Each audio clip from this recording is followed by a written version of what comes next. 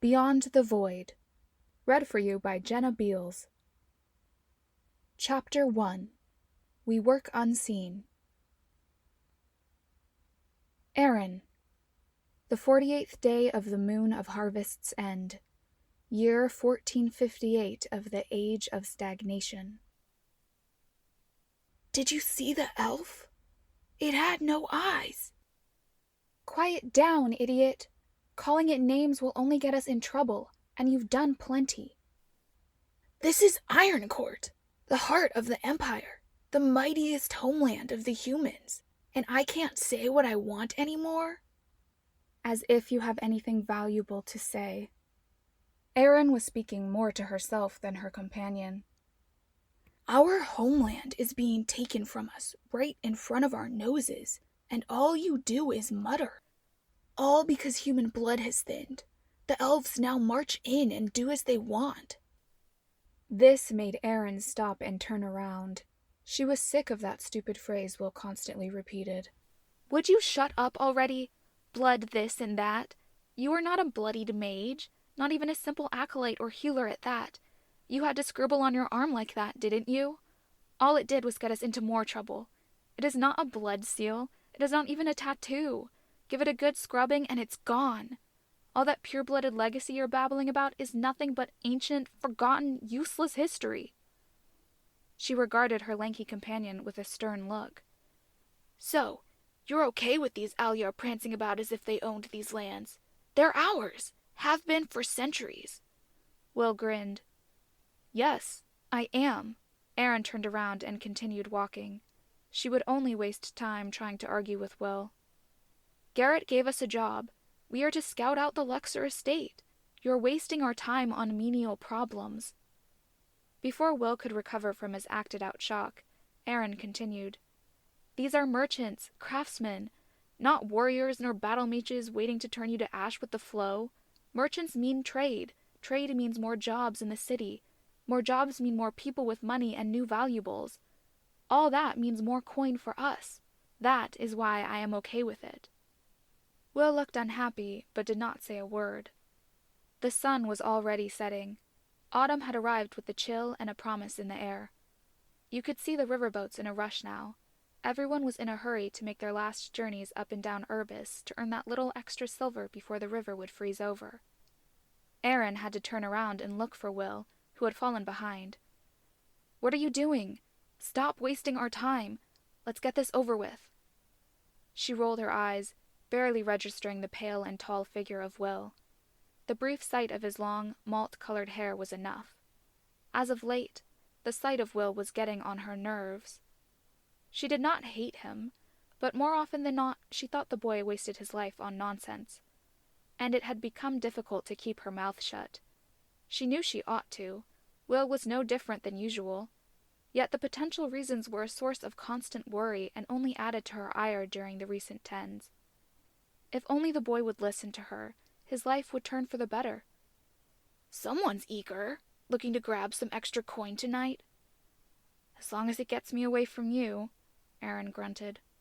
So, tell me again, why couldn't Dresden handle this job? Will asked, and let out a heavy sigh. He has the manpower. He is almost like a keeper. He kept whining. That's why he can refuse these sorts of jobs. What was it? Will sighed and rustled with his mantle, pulling it tighter around him. The Luxor estate, named after the city beyond the spine? Aaron grunted in response and cleared her throat.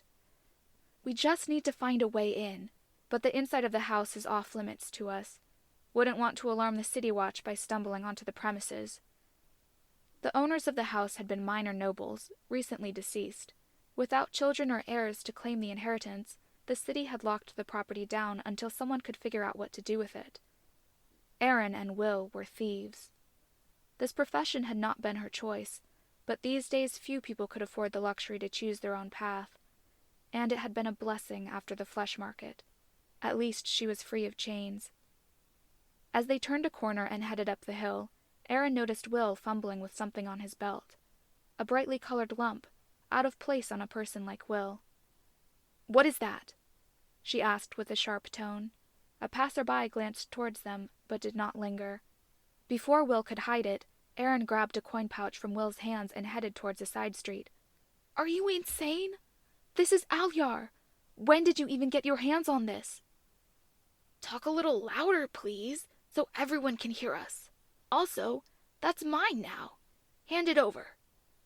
Will made to grab the pouch, but Aaron swiftly jumped back. It's not. You need to get rid of this now. She wanted to throw the pouch further in the side street, into the piles of rubble crowding it. But Will caught her hand this time. She may have been faster than Will, but he was still stronger. He wrested the pouch from her grip. It's mine. Tax for entering my city. Another wild grin from Will. You are insane. You would steal from an Alyar? How did you? When? We do this for a living. Besides, it's not stealing if it's an elf. More like taking what's ours. When and how? Aaron did not know what was worse, that Will had stolen from an Alyar, or that he had managed to. The clumsy idiot dropped it and didn't notice. It makes no sound when you shake it. Neat, eh? Much better than my old one. That's even worse. It means the thing's invested. Damn it, Will. This might be like a beacon in the dark for its owner right now. Alyar invest everything with the flow. Look, I might not be a mage, but I can read presences. There is nothing suspicious about this. Besides, my old pouch broke and I haven't had the time to get a new one yet. Elf tax. Not really stealing, if you think about it. His face wore a wild grin as he stepped past Aaron, deeper into the trash-filled side street. The problem is not taking things. The problem is that you are so stupid you think you can use something that no human owns. It is obviously Alyar made. It's clear that whoever had it made for themselves. Everyone can tell, even at the dead of night, that this does not belong to you. Are you listening to me, Will? Meanwhile, Will was busy fixing the bag to his belt and tucking the side of his undershirt on it. She had to admit, the pouch was pretty. Leather dyed light blue against all odds and traced with intricate silver embroidery. Relax. Will patted her on the shoulder. I told you. I can read presences. This thing is fine. And think of it this way. Maybe they will bring these things in. You know, trade is good and all that. Until then, I'll keep it out of sight. It's a coin pouch. How are you going to keep it out of sight when you need to spend coin? How many times are we going to have this talk about not wearing the wrong things? We need to keep out of sight, not show off. Look, Aaron, you sound like my brother's wife, and I do not remember getting married to you. Thank the makers they don't visit often. Will grinned and stepped out of the side street. I'm telling you, it's all good. My point still stands. It's elf tax for entering my city. We need to show that this city is ours, and we want no filth in here. Orion has boiled your mind, hasn't he? Aaron was angry now. You waste time at your stupid little cult. Will turned around and stared daggers at Aaron. He teaches us things. The truth. How it all used to be before humans gave up on themselves. And the power that courses through our veins. What it was all like before blood had thinned. Will argued. Yes, how it all had been. Useless history. Things that are long gone and should be buried. An excellent idea to teach someone who can barely read. That's not teaching. It's afflicting minds with trash. I want to make a change. Humans are sitting on their ass, watching the world pass them by. We may be snatches, but this way we can send a message. It was hard not to yell at Will, but Aaron had been losing her temper too much as of late. It was hard to work with someone who would not listen, would not let her have her way. So she settled on hissing at him through her teeth. We work in the dark, unseen, all to live another day, and someday, just maybe, settle down somewhere quiet. She purposefully bumped into Will as she stormed out of the side street and started uphill. Now remember, you idiot. Take the routes they gave us, observe carefully, and don't cause trouble. I am sick of Garrett breathing down my neck. All because of you.